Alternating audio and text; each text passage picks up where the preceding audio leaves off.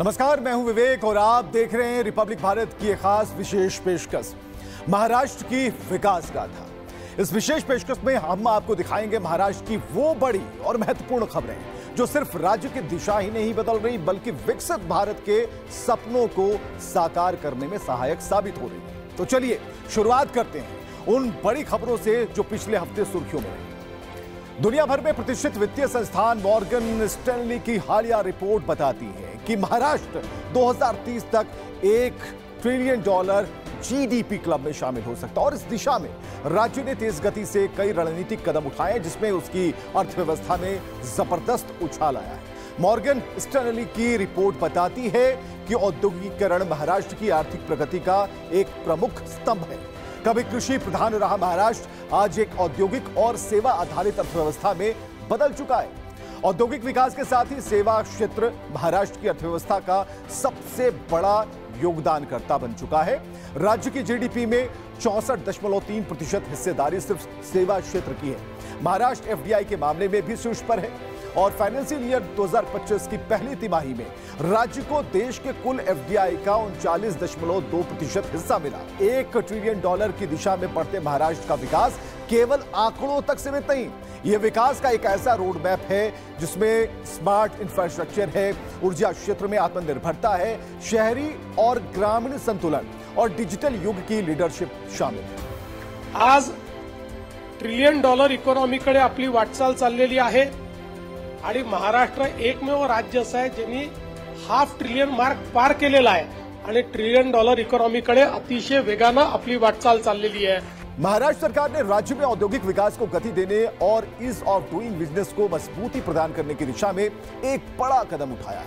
अब राज्य में उद्योग लगाने के इच्छुक निवेशकों को अलग अलग विभागों से अनुमतियों के लिए भटकना नहीं पड़ेगा क्योंकि सारी स्वीकृतियां अब एकीकृत होकर मैत्री पोर्टल के माध्यम से ऑनलाइन उपलब्ध होंगी। मैत्री पोर्टल को एक सिंगल विंडो सिस्टम के रूप में विकसित किया जा रहा है और यह कदम राज्य में निवेश आकर्षित करने और छोटे बड़े उद्यमों को समान अवसर देने की दिशा में महत्वपूर्ण साबित होगा। और इसके साथ ही सरकार ने उद्यमियों के लिए गोपनीय शिकायत निवारण प्रणाली लागू करने का फैसला कर लिया है ताकि वे किसी भी सरकारी प्रक्रिया में आ रही अड़चनों को अपनी पहचान बताए बिना रिपोर्ट कर पाए। महाराष्ट्र सरकार ने किसानों को अखंड बिजली आपूर्ति सुनिश्चित करने के लिए मुख्यमंत्री और कृषि वाहिनी योजना 2.0 को तेजी से आगे बढ़ाने का निर्णय लिया है। इस योजना के तहत राज्य सरकार ने सितंबर 2025 तक 5000 मेगावाट ऊर्जा उत्पादन का लक्ष्य निर्धारित किया है। मुख्यमंत्री सौर कृषि वाहिनी योजना 2.0 के अंतर्गत राज्य के विभिन्न भागों में सौर ऊर्जा परियोजनाएं शुरू की जा रही हैं और इस परियोजनाओं के जरिए स्थानीय स्तर पर बिजली का उत्पादन होगा जिससे कृषि क्षेत्र को सस्ती और सतत बिजली आपूर्ति सुनिश्चित की जा सकेगी। इन प्रमुख सुर्खियों के साथ ही अब देखते हैं अन्य महत्वपूर्ण खबरें। महाराष्ट्र के रत्नागिरी जिले के खेड़ शहर में नवनिर्माण स्वर्गीय बीनाताई ठाकरे सांस्कृतिक केंद्र का उद्घाटन महाराष्ट्र के उप मुख्यमंत्री एकनाथ शिंदे की उपस्थिति में संपन्न हो गया और मुंबई के प्रमुख नाट्यगृहों की तर्ज पर विकसित किया गया ये केंद्र आधुनिक सुविधाओं से युक्त एक भव्य नाट्यगृह के रूप में तैयार हो चुका है। उप मुख्यमंत्री अजित पवार ने पुणे और आसपास के क्षेत्रों में बढ़ती ट्रैफिक समस्याओं के समाधान के लिए एक महत्वपूर्ण पहल की है।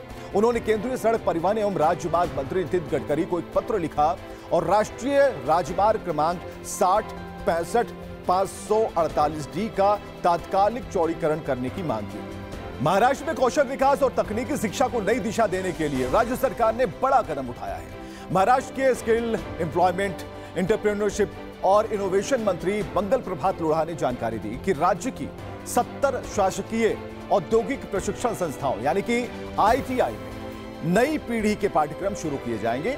खासतौर पर सौर ऊर्जा और इलेक्ट्रिक वाहनों के क्षेत्र में बढ़ती मांग को ध्यान में रखते हुए अब आईटीआई में सोलर टेक्नीशियन और ईवी मैकेनिक जैसे पाठ्यक्रमों की शुरुआत की जा रही है। आईटीआई में तकनीकी क्रांति लाने की कोशिश हो या फिर चेंबूर में विश्व स्तरीय औद्योगिक प्रशिक्षण संस्थान की मंजूरी, पुणे की सड़कें चौड़ी हो या खेड़ में सांस्कृतिक मंच को फिर से सजाना हो, महाराष्ट्र एक साथ औद्योगिक, सामाजिक, सांस्कृतिक और पर्यावरणीय सभी आयामों में प्रतिबद्धता सिद्ध कर रहा है और ये सभी प्रयास महाराष्ट्र को न केवल एक विकसित राज्य बना रहे हैं बल्कि प्रधानमंत्री नरेंद्र मोदी के विकसित भारत के संकल्प में महाराष्ट्र को टॉप कंट्रीब्यूटर के रूप में स्थापित भी कर रहे हैं।